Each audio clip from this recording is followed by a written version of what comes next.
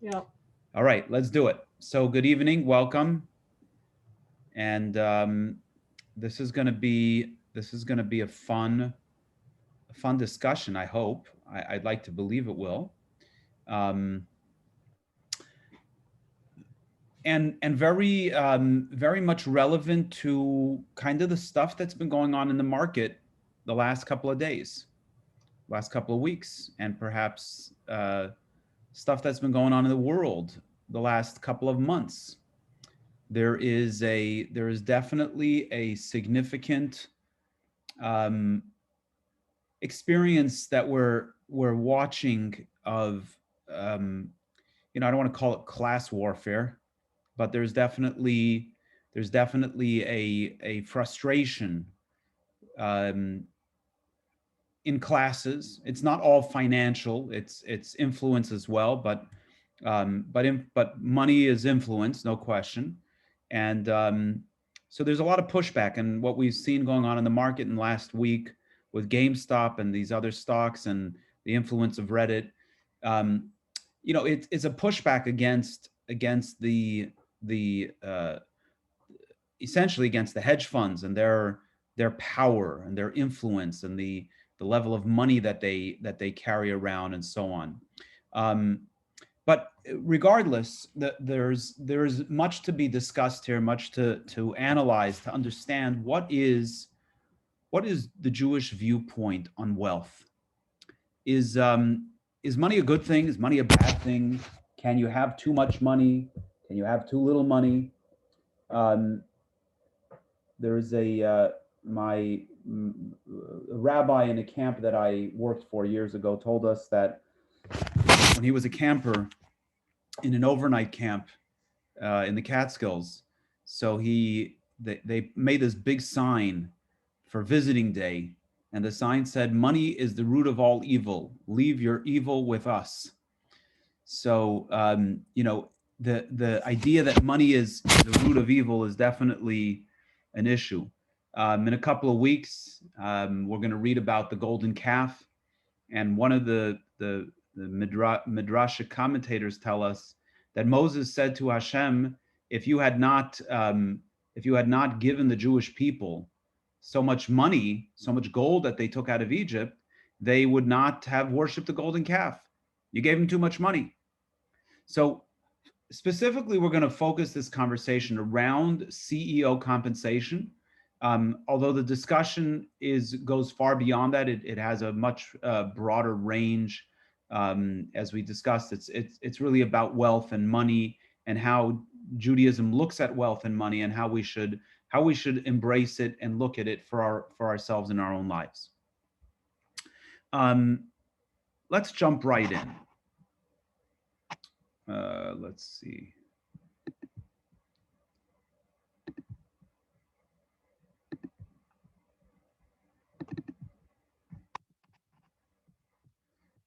All right, let's start with our case study. So Donna, since you got here first, please read the case study. If you're like me, the hot button issue of exorbitant pay for corporate executives is mainly a moral one, a matter of values. Those bloated and possibly soon to be regulated pay packages of American CEOs illustrated what might be called the plutocratization of American life, a glorification of money as the chief ingredient of success. Executive pay in 2004 was 431 times the pay of the average worker, and in the decade before 2005, executive pay increased 5 times faster than the pay of the ordinary employee of that company. The figures were not surprisingly even starker when CEO compensation was compared to that of people trying to survive on the minimum wage. An average CEO that Democrats on the House committee wrote in a 2006 report makes more before lunch on his first day of work than a minimum wage earner will make all year. So I want to show you two things. One is this chart, but this chart is old. This may be as much as 10 years old.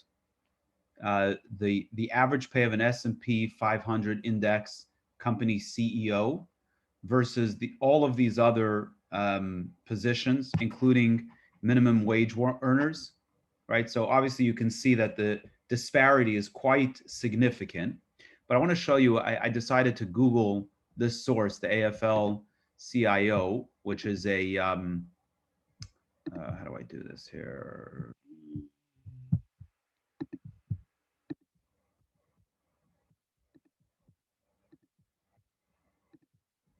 Okay, so the AFL-CIO is the American Federation of Labor, Congress of Industrial Organizations. So not important what your political, I shouldn't say not important, not relevant to this conversation, what your political influence and attitudes are about labor unions and so on. What I really wanted to make the point is that if we look at this image here, they're statisticians. So let's just look at this one for a second here, right? So you've got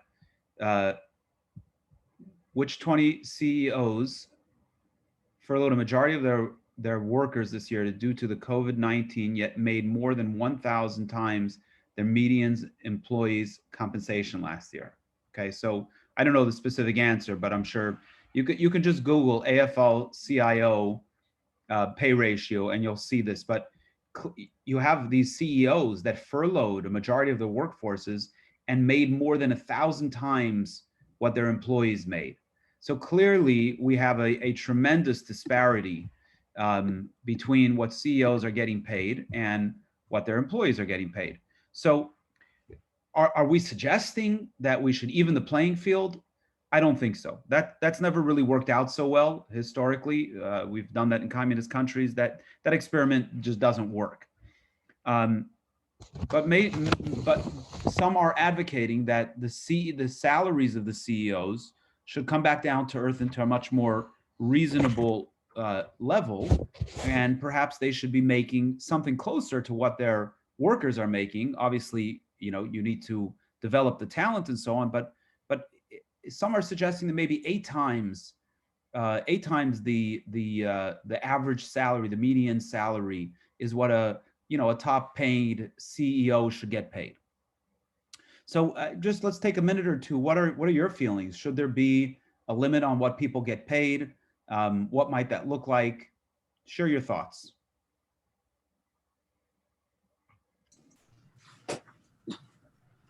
Rabbi, I don't think you can dictate private salaries. I mean, I don't think that's not a privilege that I think we should have, that they're private companies. I don't think that we can dictate what they decide the salary is. I understand minimum wage, that can be dictated, but I don't understand how CEO salaries could be dictated by the public. Okay, so I guess the question is not, obviously tonight we're not going to make the decisions for humanity or for this country, but in terms of attitudes, do you have a particular attitude as to if we did have the ability to dictate, do you feel that there should be some kind of control on how much a CEO makes? I do, yes. I agree with the perspective of the AFL-CIO presented. Why? Because I understand what you said about level playing field, meaning taking away all differences. No, I mean, I worked very hard in my life, education and things. I believe that should be rewarded, but the way it is today, and it's the last 30, 40 years in the United States, where it's irrational. No, and Jeff Bezos, since going along with what AFL-CIO said, Jeff Bezos and Zuckerberg at Facebook, et cetera, since the pandemic, their billions have just increased, and so many people are suffering, and the work that all their workers, and even us, because they make money off of our content and our information, the other people are not being compensated appropriately, and the work put in, they're taking more out. Their value is not what they're getting, is over representative of what what the model really should entail. So where is your bone? Is your bone with the fact that they're making that much money, or that other people don't have? In current days, yes. I mean, yes, that's like 10 people, 10 billionaires, multi-billionaires in the country that represents half of the wealth or something. Yes, they're making too much money. Yes. But again, I don't mean, I want to understand you. I'm not challenging you. What bothers you about that? That it's like, my father was a criminal defense attorney, and I know that justice is not blind, and I know that the justice system is not fair, even though we say so. So I feel this inordinate amount of money in a few people's hands who somehow have had the wherewithal, the success or whatever, to be able to game the system so much to their advantage. It, while it's on the backs of all of us, because again, even if we're not their employees, it's our information and things that they derive value out of. They're taking more than, it's not that, I begrudge them for making more money, but in the whole formula, they're getting more value than really they've earned. Okay, I hear you. Anybody else have another perspective that they want to share? I disagree. I think if they are taking on the responsibility, they're putting in the work, they're assuming all the risk. They're the ones that if things don't go the way they should, if things go awry, they're going to be held accountable and responsible. They should be compensated for that. Guys at the lower level that are coming in, making an hourly wage, they're coming in. They've got a certain, most of them are unskilled. And because you are unskilled, you are going to get a lesser pay. And there's no risk in what they do. I own a small business with my husband, and our employees are oftentimes, I don't know how to even put this nicely, very ungrateful, vindictive. They've done ugly things to try to make the business fail. And, we often pay them way above minimum wage. They're talking about the $15 minimum wage now. None of my staff people are making that. They're making more than that. So they negotiate a good salary when they come in. All we expect is a good day's work for honest day's pay. And yet we get so much flack because we are the owners, and there is this mentality that we are making so much more money than them. But if there is not enough money in the business to pay everybody, we at the top are the ones that suffer. If things aren't going right in the business, they don't know about it. All they know is that they come in, they do a job, they go home, and they expect to be paid. They don't sit up at night scratching their heads trying to figure out how to make ends meet or how to do anything with relationship to keeping that business going so that they can have employment. And so CEOs, if they're taking on the responsibility, if they're assuming the risk, whether it's a small business or a big business, if they've got the talent, if they're the ones doing all of the strategic things at the top to make that business go and grow, why shouldn't they be compensated for what they do? Fantastic. So we have two perspectives. I would love to engage in the debate, but I want to share, we've heard two very strong perspectives, two very strong opinions, which I appreciate. Let's see what Judaism, what Torah has to say about this question. And then at the end, we can bring it back together and see if we've got some clarity, refined our opinions, or we'll agree to disagree. Okay. So we're going to start with an interesting story. There was a family during the Second Temple era. The family's name was the Abtinus family, and the Abtinus family had one of the things that were done in the temple was the offering of the incense, and the incense was a blend of certain spices and needed to be prepared a certain way. and they had a certain talent as to how they went about preparing these spices. The sages wanted them to share their method with others, and they refused. So we're going to read some of the texts that tell us the story of the Aptinas family. So let's see, Terry, why don't you read, why don't we read text 1a and 1b, please?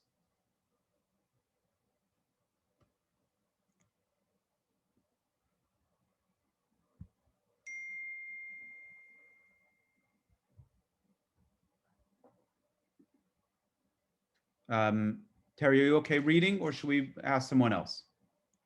Unmute. Okay, there you are. Alrighty. Is it starting with the members of the house of Aptinas? The one above that. Okay. These are All remembered. right. I see the 1A now. All right. These are remembered with reproach. The house of Aptinas, who refused to teach others the method of preparing the incense. The members of the house of Aptinas were expert in preparing the incense, but would not teach their art. The sages sent for specialists from Alexandria who were as skilled as compounding incense as the house of Aptinas, but did not know how to make the smoke ascend in the same way. The smoke of the house of the Aptinas ascended as straight as a stick, whereas the smoke of the Alexandrians scattered in every direction. Drop more here.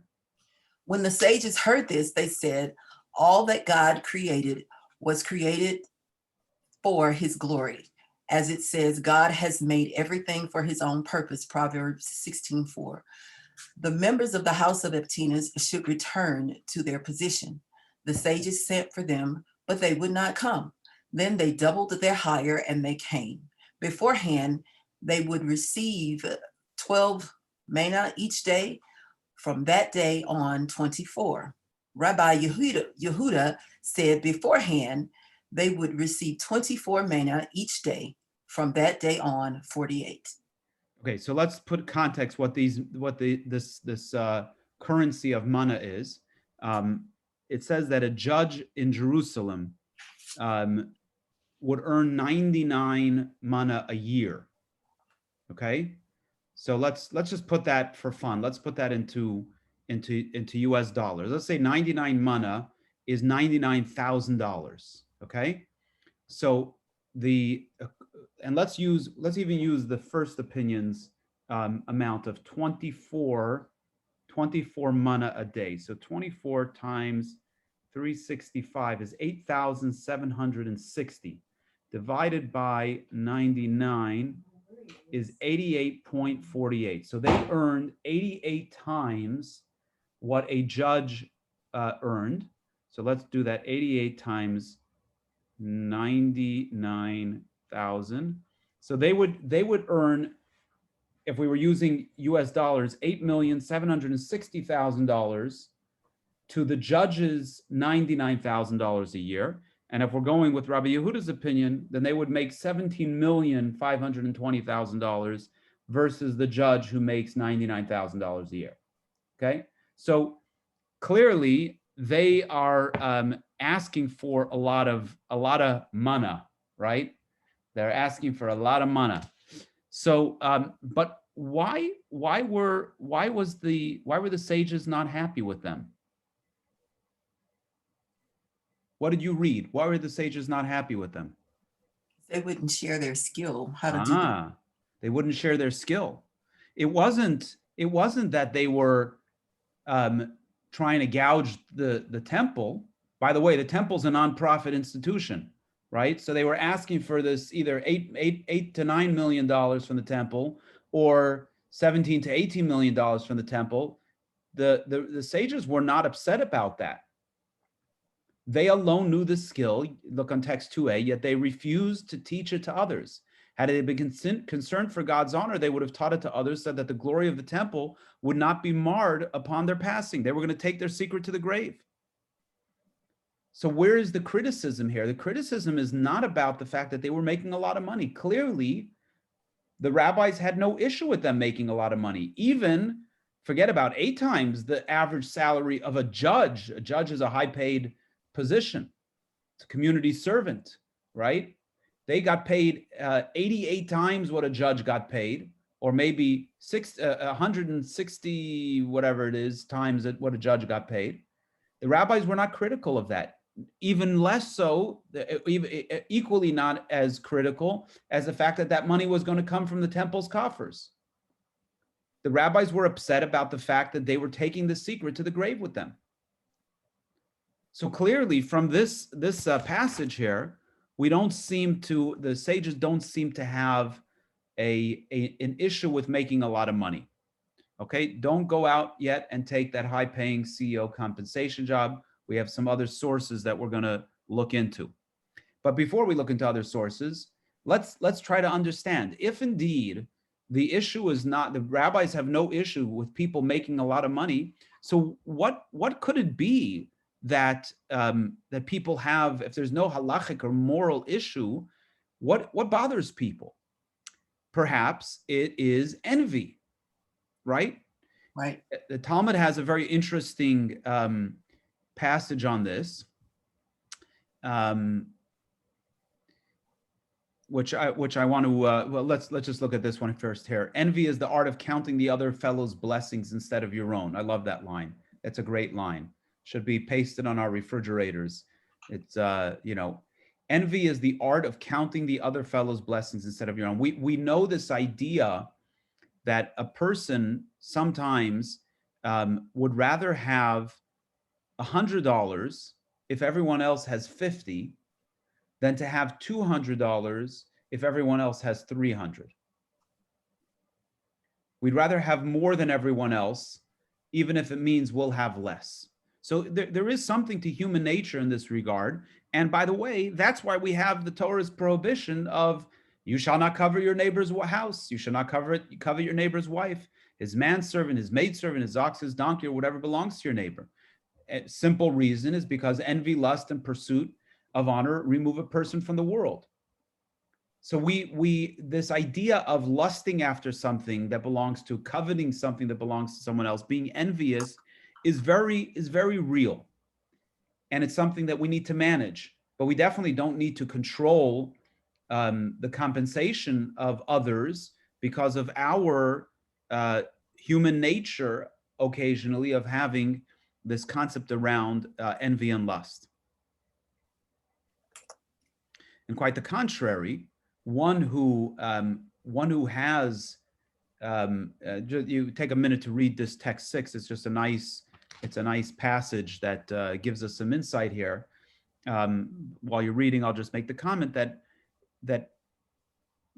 being jealous of someone, wanting CEOs not to have the compensation because we're envious of them, is simply a commentary on ugly negative character that we may possess. Again, if that is the motivation. I'm not, God forbid, accusing anybody here of having that motivation. But if that is what's driving people to be opposed to it, and let's bring it into today's context. If the drive of the Reddit people is an act of jealousy, of envy against the hedge funds, then that's simply an ugly character trait. That's not a good reason to try to bring down institutions like that because one is envious.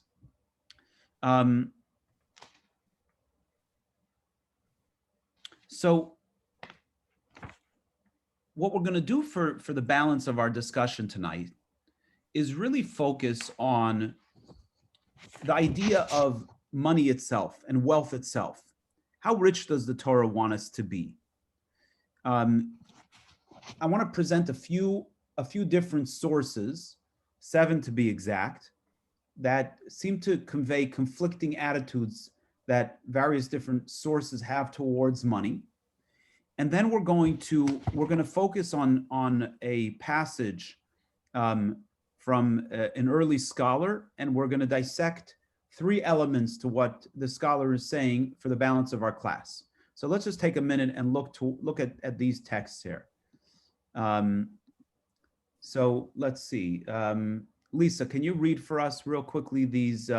Just read right straight through text A, B, D, B, C, D, and E, and then Sandrine, you'll read for us F and G, please.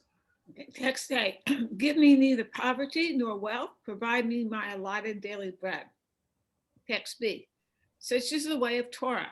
Bread with salt you shall eat, water in small measure you shall drink, and upon the ground you shall sleep. Live a life of privation and toil in Torah. If you do so, fortunate are you, and it will be good for you. Fortunate are you in this world, and it will be good for you in the world to come. Text C, there's a popular saying, poverty adorns Israel like a red strap on a white horse. Text D, who is rich? He is who is happy with his lot. Text E, Rabbi would honor the wealthy. Rabbi Akiva would honor the wealthy. Thank you. Welcome. Sandrine, you're muted. Okay. The people of Alexandria asked Rabbi Yeshua, what should a person do to become wealthy? Rabbi Yeshua replied, do a lot of business and deal honestly. The Alexandrians said to him, many did so but did not succeed. Then they should pray for mercy from the one to whom the riches belong, as it says, mine is the silver and mine the gold. What then do you mean to teach us that one without the other does not suffice? What is the meaning of the verse, you should surely tithe? Tithe, yeah. Tithe. Give Deuteronomy 14:22. Give tithe that you may be given riches. Bring all the tithes and try me now, say God. Will I not open for you the windows of heaven and pour out for you a blessing until there be more than enough? Malari. What is the meaning of the words until there be more than enough? Rabbi Bar-Arna say in the name of Rav, until your lips grow weary from saying it is enough. Thank you. So we see here really disparate sources. Some seem to say that we should live a life of poverty. Some seem to say that we should have so much wealth until we get tired of saying it's enough. Text E seems to indicate that Rabbi Akiva would honor the wealthy and Rebbe would honor the wealthy, which begs the question, what's that about? Or as the kids would say, what up with that, right? And then you have some balanced statement in text D, who was rich, he was happy with his lot.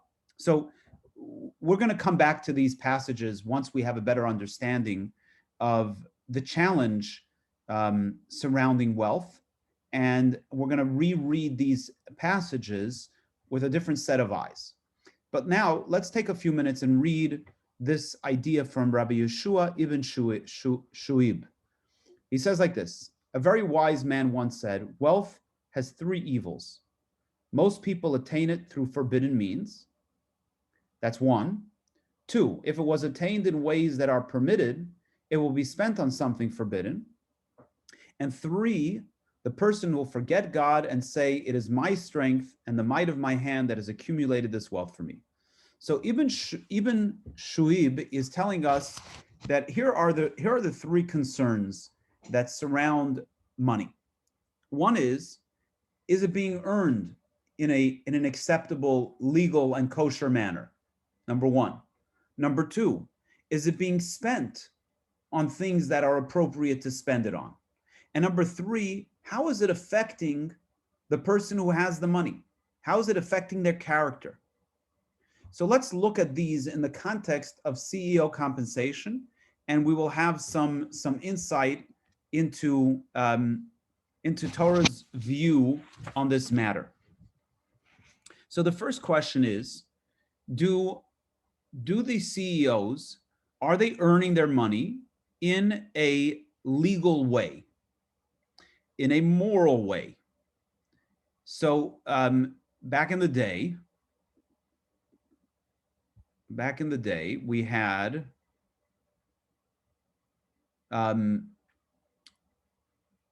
in the bailout, well, let's go ahead and read it. This is an important piece here. Donna, please read for us.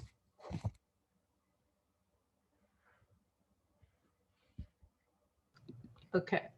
Obama administration officials and Republicans alike were nearly universal in condemning the $165 million in bonuses that the American International Group, which has received more than $170 billion in taxpayer bailout money from the Treasury and Federal Reserve, is to pay executives in the business unit that brought the company to the brink of collapse last year.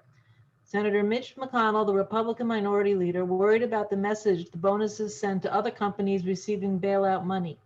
If you're going to take the government as a partner, the message here, I'm afraid, to any business out there that's thinking about taking government money is let's enter into a bunch of contracts real quick and we'll have the taxpayers pay bonuses to our employees. He said AIG, nearly 80% of which is now owned by the government, has defended its bonuses, arguing that they were promised last year before the crisis and cannot be legally canceled. In a letter to Mr. Geithner, Edward M. Liddy, the government-appointed chairman of AIG, said at least some bonuses were needed to keep the most skilled executives. We cannot attract and retain the best and the brightest talent to lead and staff the AIG businesses, which are now being operated principally on behalf of American taxpayers. If employees believe their compensation is subject to continued and arbitrary adjustment by the U.S. Treasury, he wrote, Mr. Geithner. Okay, so what you have here is companies that were bailed out by the government. So this goes a little bit to one of the comments that were made earlier.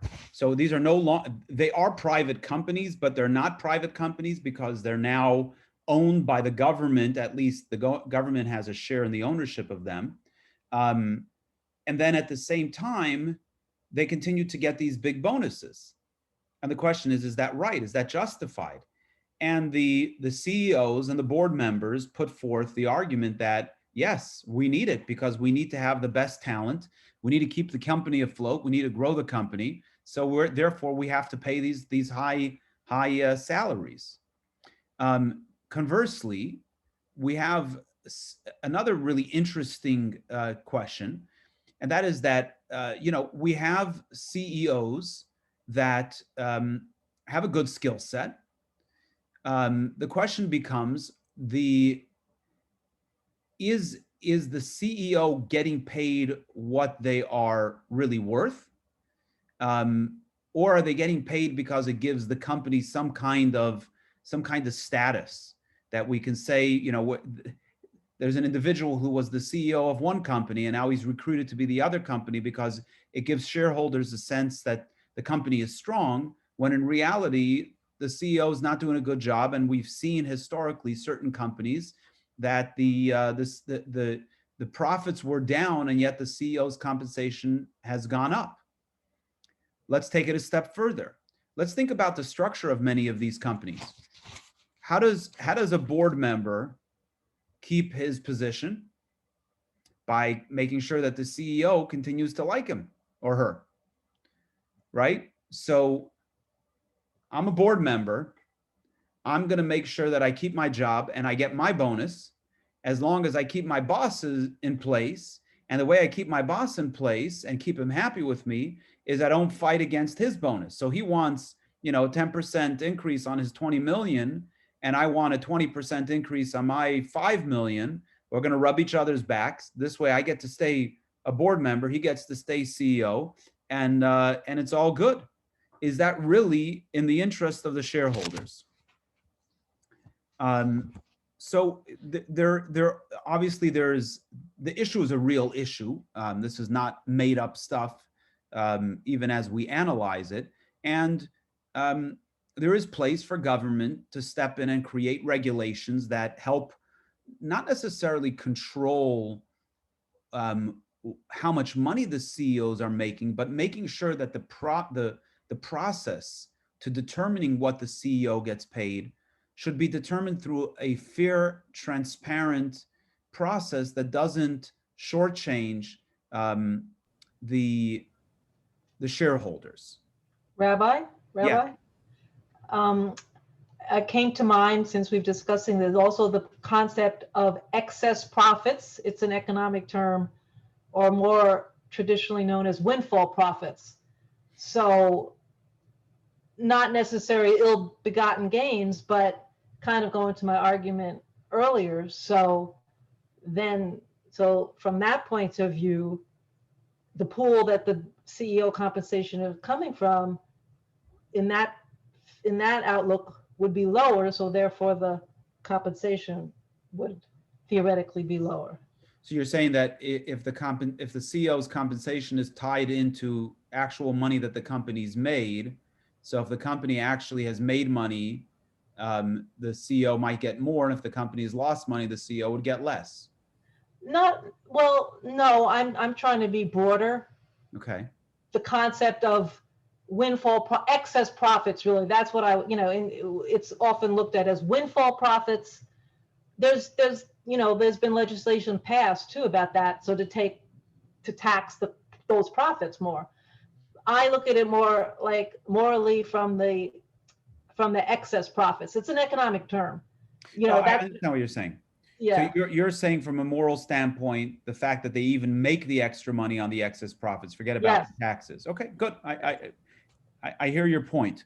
Again, we're clearly there are things that are not straight and on the up and up.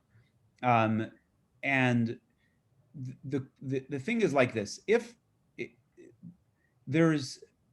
what we're trying to understand here is, if we remove envy and we remove any kind of illegal activity and immoral activity, right?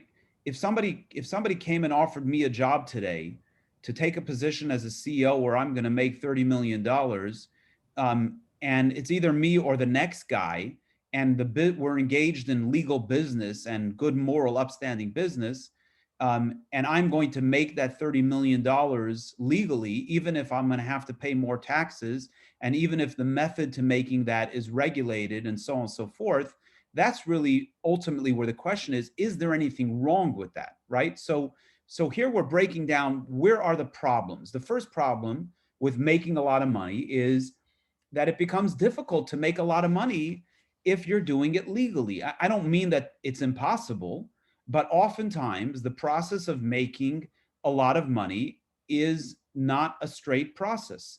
And as we've demonstrated, you have situations that help promote that. Not necessarily a person stealing, but it's rubbing shoulders and rubbing backs and good old boys. And now somebody's making a lot of money that is shortchanging the shareholders. And that's why there are government regulations that step in. And frankly, I don't want to give my opinion, but let's assume that it was the money was earned legally and morally, and the government says, look, we're gonna tax you for that excess windfall.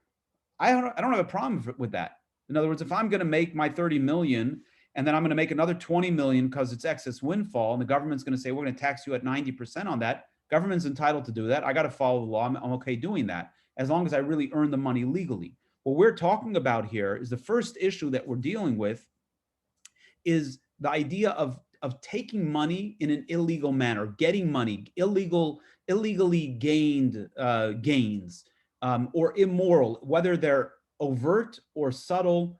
This idea of making money in an immoral and non-straight way. Now, what's very interesting is that Judaism, which essentially, by the way, this whole idea of of having the board members rub shoulders, it's a form of bribe. And we know that the Torah clearly prohibits the taking of bribe, as it says, "V'shachad lo tikach," you shall not accept a bribe, for a bribe will blind the clear-sighted and pervert the words of justice. Parenthetically, I want to point out something. This is an idea that I really, really love about this particular verse, because it goes well beyond the issue of money. The Torah tells us, for a bribe will blind the clear-sighted and pervert the words of justice. Why should you not take bribe? The reason you shouldn't take bribe is because you're going to do something immoral. But that's not what the Torah says. The Torah says you're not going to, it doesn't say don't take bribe because it's immoral. The Torah says don't take bribe because the bribe blinds the clear-sighted. and perverts the words of justice. What happens when you take bribe? You begin to think differently, right? Imagine you're a board member there and somebody says to you, why are you voting to increase the CEO's salary? You're going to give me a million reasons why it's the right thing to do. You're not going to say, oh, by the way, I'm doing that because I want to keep my job and I want to get my bonus, right? You're now going to have a rational explanation why you're doing that. And the same thing is true with everything in life. When we have a certain world perception, certain world view, we then put forth all the arguments to support our worldview instead of starting with the arguments and then determining what our worldview should be. That's human nature. It's part of the process, which is why bribe is so dangerous. And we see this actually in this fascinating story with the daughters of Tzlafchad. Tzlafchad's father, so the daughters of Tzlafchad's father had passed, and they came forward when Moses was beginning to allocate the portions of the land. Moses, before his passing, divided up the land of Israel. And the law was that inheritance passed through the father. So they came to Moses and they said, our father died in the desert, but he was not in the assembly that banded against the God in Korach's assembly, but he died for his own sin and he had no sons. Why should our father's name be eliminated from his family because he had no son? Give us a portion along with our father's brothers. So they said to Moses, our father died. He was not part of the Korach rebellion. He died for his own sin, and he had no sons. So why should we miss out on not getting our inheritance in the land of Israel? And the Torah concludes, so Moses brought their case before God. And God ultimately granted their request. They were given a portion of the land, and the laws around inheritance were established. But what's interesting about this case? What jumps out at you? They're daughters, they're women. Okay, but that's the punchline of the story. But what jumps out at you? I'll give you a hint. It's alluded to in the last line.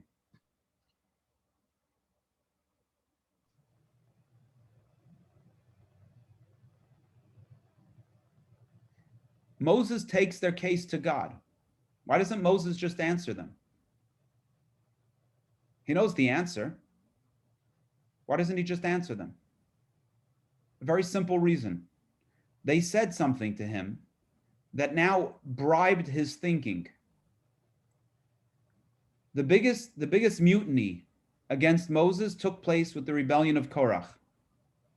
So on any personal, emotional level, if there's one incident in our Jewish history that Moses would carry some emotional resentment to the people that were involved in that, it would be the rebellion of Korach.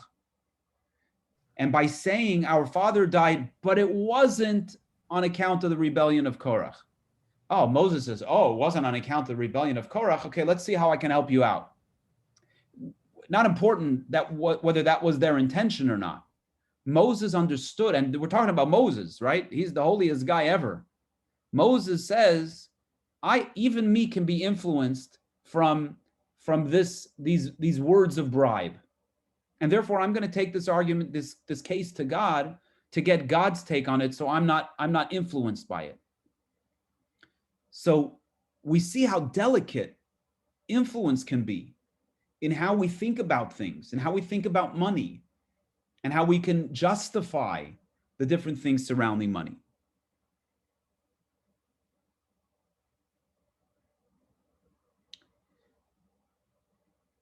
So back for a moment,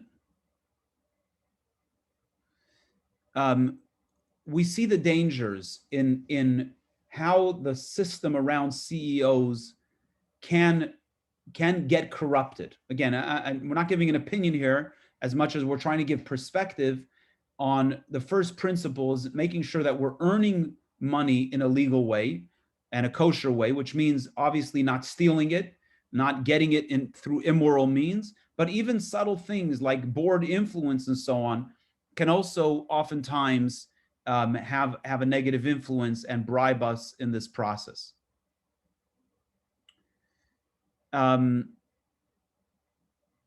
Okay, let's move on to the second principle here. The second principle is about how money is spent, ensuring that money is spent in a kosher way. So the money is earned legally, it's earned in a kosher way, and all is good. But now it's being spent in a non-kosher way. So where should we spend our money?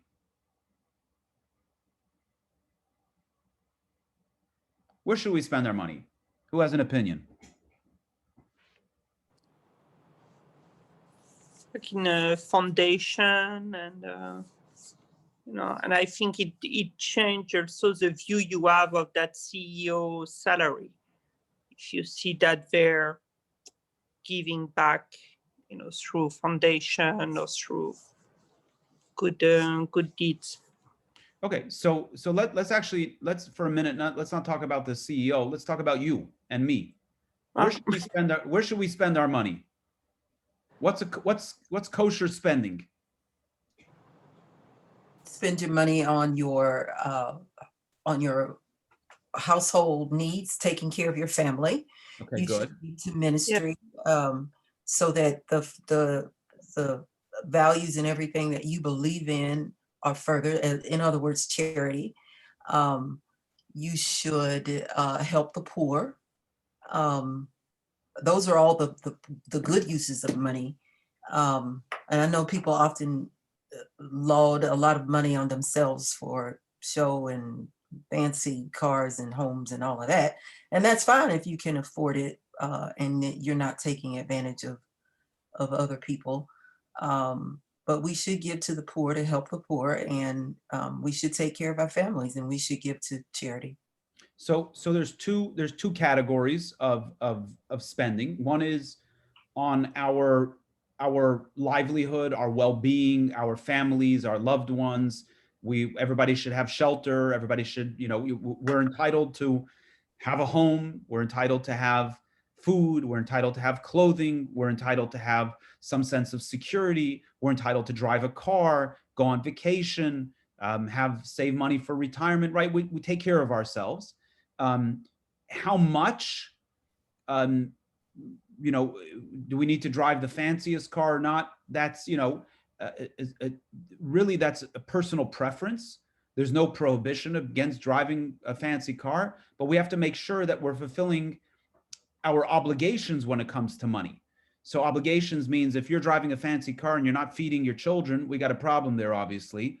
And if you're driving a fancy car at the expense of giving your charity, then that's also an issue. So let's establish what are our obligations around charity, and let's understand what is Torah's view around the idea of charity.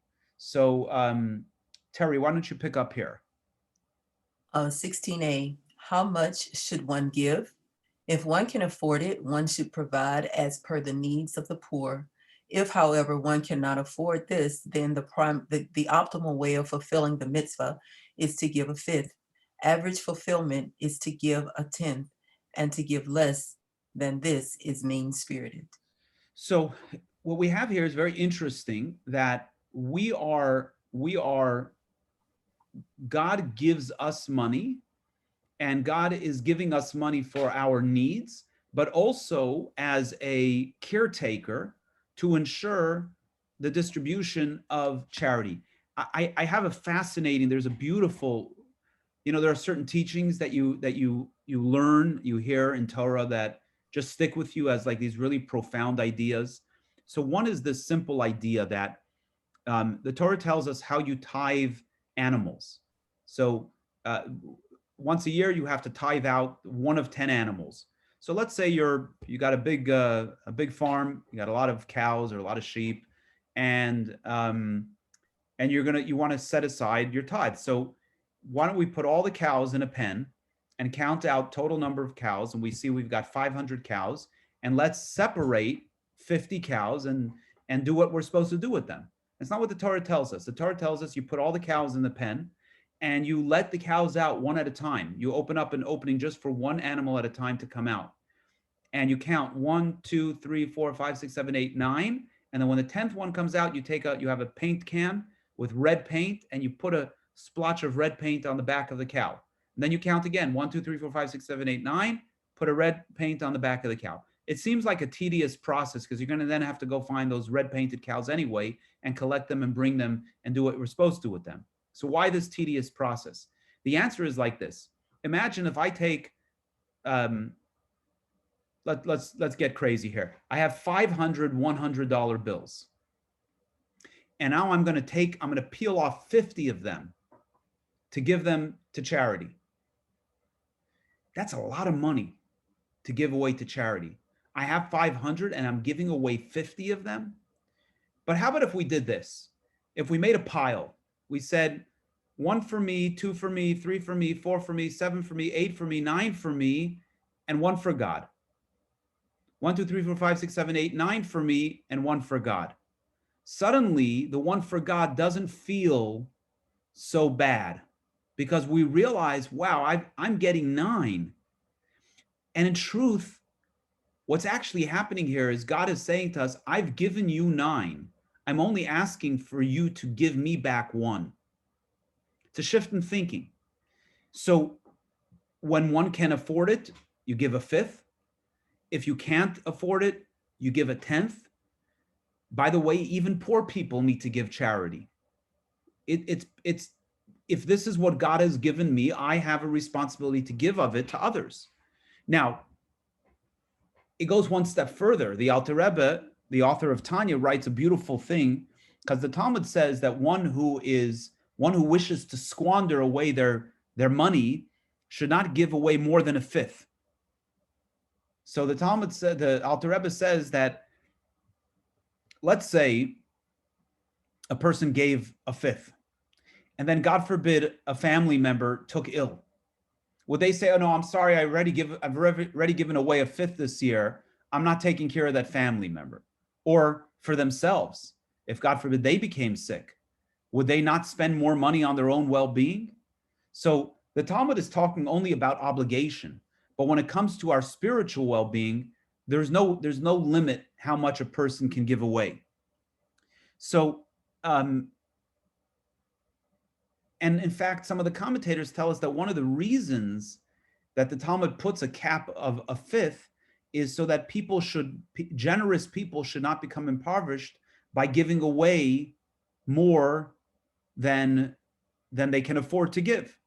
There are people that have done that. Very generous people have given away more than they can actually afford to give away. Now, Bill Gates doesn't have that problem. If he gives away let's say 2/5, he's still going to be okay. Probably if he gave away almost all of his money, he would still be okay, right? As is true about Jeff Bezos and many others who have taken the giving pledge. So the second question on the table is not so much about, okay, we've established that the money needs to be earned in a kosher way. The second question is, are you spending it in a kosher way? And primarily, are you doing your obligation? Is the CEO, are we as individuals doing our obligation to give the money that is really God's, that we have a responsibility to give back? That is a legitimate question in terms of spending money effectively. By the way, my personal take on this idea of wealthy people driving fancy cars and having fancy houses is they're totally entitled. And I've never really seen what I'm about to share, but it's my angle on it, and that is that if God has entrusted me with this wealth, one of the perks of the job is that I get to have a nice house and a nice car. Now there is excess, there's indulgence, a nice house. I just watched this. There's this fellow that was arrested in Russia, Novotny, whatever his name is, who Putin tried to kill. Anyway, he got into the secret palace that Putin built. Again, I don't know if any of this is true. It's all YouTube, so the whole thing could be bogus. But Putin built this $1.3 billion palace in the south of Russia. I mean, that's, I think a $1.3 billion palace might be a little excessive for a house, even for a summer house. It's probably a little bit too much. But But whatever, if you've got many billions and you want to build yourself a $1.3 billion house, whatever, that's your business. But the main thing is that if you're building yourself a $1.3 billion house, you've already given, 2.6 billion to charity or whatever, that you've given your share of charity. My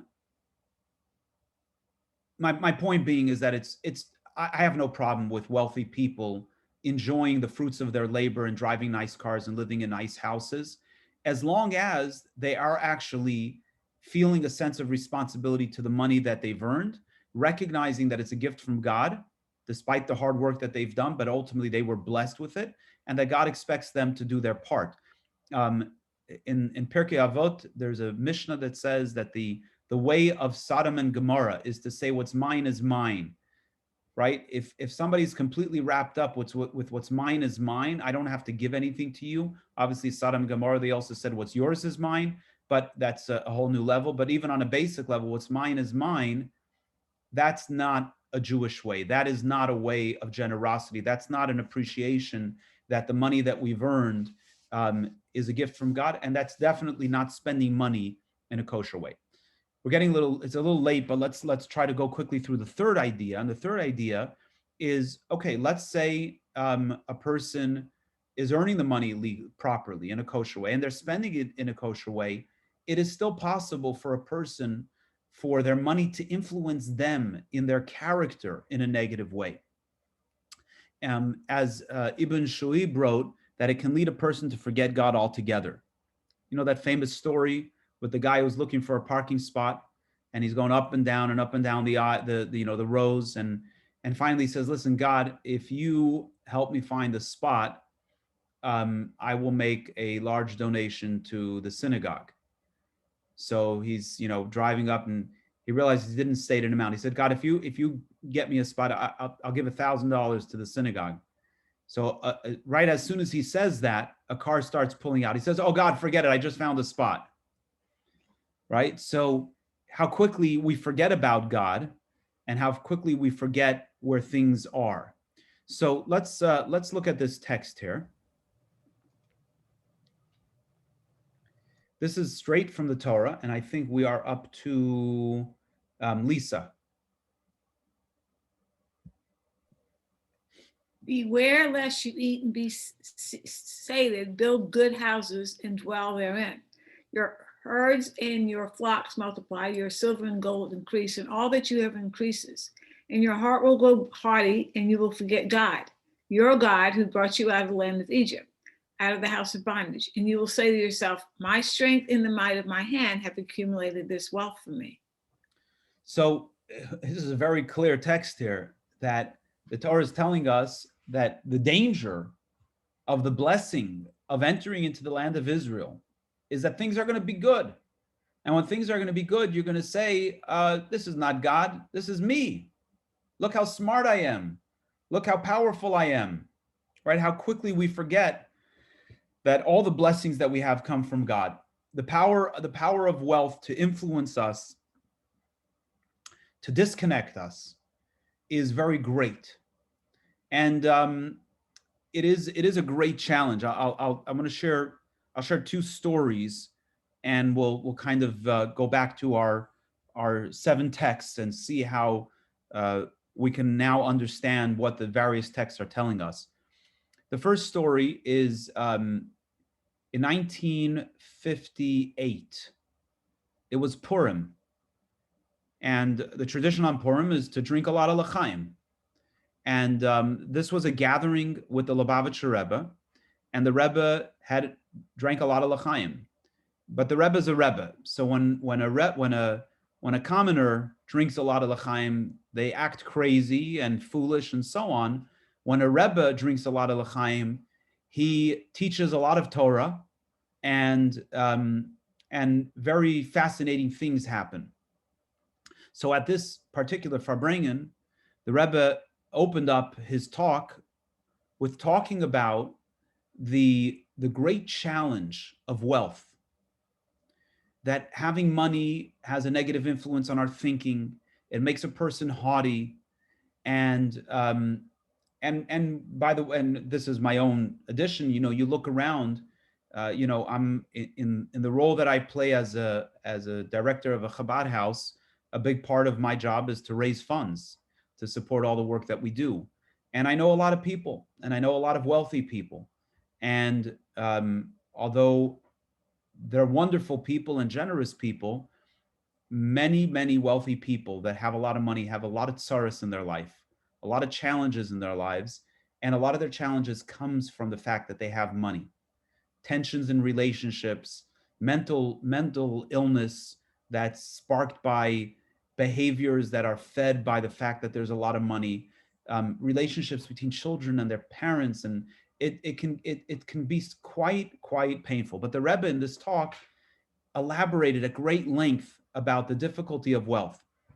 And then when the Rebbe finished describing this, he said, now all those that wish to be wealthy should raise their hand. And there's a recording of this, and you hear the room laughing with this like uncomfortable laugh. And the story is told that there were 3 people present who raised their hands. It wasn't a crowd of 5,000 as there were in the 80s. It was a couple hundred, but only 3 people raised their hands. And as soon as they finished raising their hands, the Rebbe got very serious. And the Rebbe said, you all practiced this Chabad humility, this Hasidic humility, which essentially was misplaced. In other words, the Rebbe said, those that didn't raise their hand missed out on an opportunity. And then for the next period of time, the Rebbe spoke about the other challenge, and that's the challenge of poverty. And they're both real challenges. They are very real. To have money is a challenge. To not have money is a challenge. To not have money, we don't need a lot of elaboration to explain what the challenge is of poverty. It's pretty self-evident. The challenge of wealth is of a different nature, and it's a much more subtle challenge within the person's character themselves. The challenge of not allowing for ourselves to become haughty. We start making money and we start thinking, oh, look how smart I am. Look what I've created. Look how brilliant I am. And then we begin to look at others we look down at others and say, oh, I'm smarter than you. I'm better than you. So this thinking, having wealth can be a tremendous challenge to our character. Just briefly, the story is of this particular chassid who was blessed by his Rebbe to have wealth. And some time went by, and this chassid became wealthy. And the Rebbe once sent one of a representative to go and ask this individual to help out with a particular cause that he was raising money for. So this chassid who had become wealthy was, of course, the Rebbe gave me this blessing, I'm going to give a nice donation. And he gave the donation, and the representative came back to the Rebbe, and the Rebbe said, so how is he? So he said, look, he made a very nice donation, but he gave me the money. He heard my case through his secretary. He gave me the money through the secretary. He seemed to be too busy for me. So the Rebbe came back to this. He came to visit this chassid, and the chassid said, look, you gave me a blessing, and look at all this wealth that I've been able to have. And he took him from room to room, and he showed him in the main room of the house, there was this big, beautiful mirror. It was like a centerpiece of the whole house. And the Rebbe said, look, I'd like to ask you something. He said, let's go to the window. They look out the window, and he says, what do you see out there? He says, well, I see the water carrier who's schlepping to make a living, and I see the baker who's schlepping to make a living. And then he says, tell me the difference between what you're looking at out the window and this mirror. They're both made of glass. So he says, well, the mirror has this thin layer of silver behind it. So the Rebbe said to him, this thin layer of silver, this idea of having wealth causes you to only look at yourself. The mirror, the window, allows for you to look at others. As long as you live with a window, you can look at others and realize that they have challenge. Sometimes when we put silver behind our windows, when we're blessed with wealth, we stop looking at others and we only look at ourselves. And the story goes that this wealthy man, who was obviously a good person, got the message, and to remember that message, he put a big scratch in the back of the mirror, so that whenever he looked at the mirror, he would always realize that this is just money and that there are other people, to keep his humility where it's necessary. So we've had three perceptions, three angles here that we understand about money. One is, there's nothing wrong with having a lot of money, but it's got to be earned correctly, legally, morally, without any subtle influences of bribe or otherwise. Number two, our obligation is to give charity, to take care of our families, of course, and take care of our needs, but also to remember that we have to give at least a tenth, possibly a fifth to charity. That's spending money in a kosher way. And finally, to maintain an inward focus, to make sure that we don't become haughty in earning money and think that we've become godlike, but to remember where the blessing comes from. So let's go back for a moment to our examples here from the text, and let's look at them again. So text A, give me neither poverty nor wealth, provide me my allotted daily bread. This is reflecting the idea, the perception that wealth is a challenge. Not that wealth is bad, but that wealth creates challenge. Similarly, in this next passage, this point is emphasized even more so. Such is the way of Torah.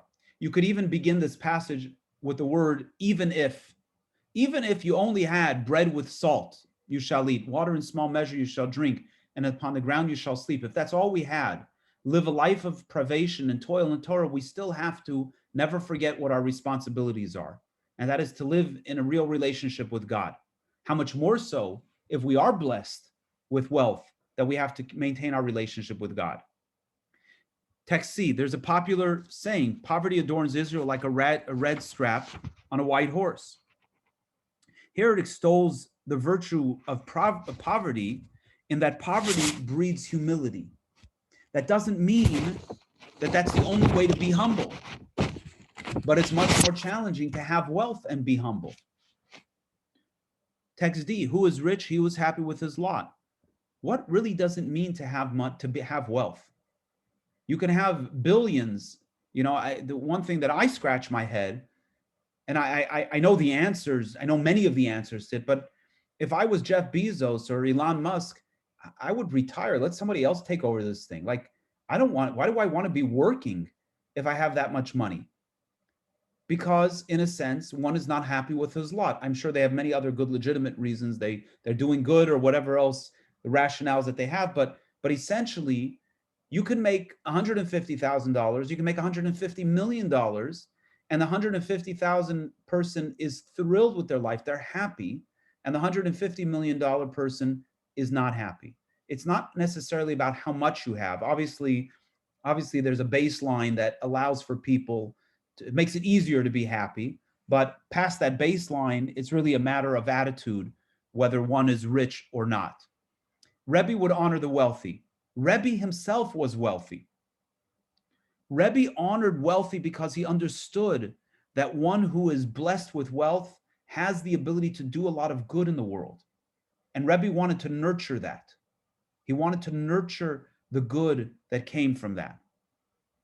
The text F and G emphasize the idea that wealth is a positive thing and a blessing from God. And although it is a challenge, when we are up to the challenge, we can do a lot of good and make the world a better place. There's so much we can do for our communities, for the world. We don't have the luxury of running away from wealth because it's a challenge. If we are afforded the opportunity, it's something we ought to pursue, because if successful, once successful, we can do a lot of good. And I'll just close with this, and I recall this at the time in 1992, shortly before the the Rebbe took ill.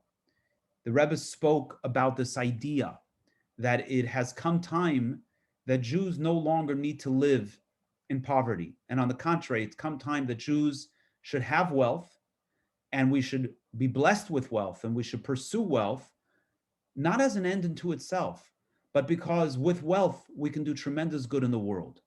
So we haven't answered specifically the issue of CEO compensation, but I would say if we were summarizing what Torah's view is, by all means, if you are earning it legally, you're not taking advantage of anybody, and you can make a lot of money, go for it. Make sure that you earned it properly. Make sure that it's untainted in any which way. Make sure that you're doing your share for making the world a better place, and make sure that it doesn't make you haughty. Make sure it keeps you humble. Make sure it helps you appreciate your relationship with God. And by the way, this is not just about money. It's about any blessing. If we feel that we're blessed in life, our blessings, if we give credit to ourselves, the blessings can feed haughtiness. If we recognize the blessings come from God, it keeps us humble. Let's close out. Any questions or comments before we call it a night? I just want to say I really like from Pirkei Avot, who's rich, who's happy with his lot. Like I refer to it often, not to me, but to say to people like my son, for example, who's, in so much hour of people who have nice car, big house. And so, yeah. A beautiful teaching is, it says that two teachings. One is that it says that there is the same value that could be a positive and a negative, right? A person who's happy with their lot when it comes to material things, it's a positive. A person who's happy with their lot when it comes to spiritual things, it's a negative, right? Never be satisfied with what you've attained spiritually. There's more to grow. But there's also another idea that helps us create a balance around this discussion, and that is that when we look at people who have, when we think about material things, to always look at those that have less than us, and when we look at spiritual things, to look at those that have more than us. It keeps us humble. Lisa, you wanted to say something? Yeah, what about ambition? God gave us ambition. Right? It's a great question. And here's how I've always answered this for myself. We all have responsibilities. We have to make sure that we keep our priorities in check. And if our priorities are in check, then ambition is a gift and a talent that we have to exercise. So if we're pursuing our ambition at the expense of our families, at the expense of our health, at the expense of our spiritual connection, then obviously that ambition is misplaced. But if we are pursuing that ambition and our family relationships are intact and they're being properly nurtured and our physical well-being is taken care of, and we're not compromising on our relationship with God and our obligations to Torah, then ambition is a gift from God that must be nurtured like any other gift that we've received from God. Hope that's helpful. Yeah, thanks. That was great. Thank you. I appreciate that. You're welcome. Well, thank you all. We'll see you all next Monday for our final class. This was a great class. I'm saying it was a great class. I enjoyed studying the material and sharing the class. I hope you found it to be a great class as well. I think it's a very powerful message in this class. Have a wonderful evening. Thank you. You too. Thank you, Rabbi. You're welcome. Take care. See you soon.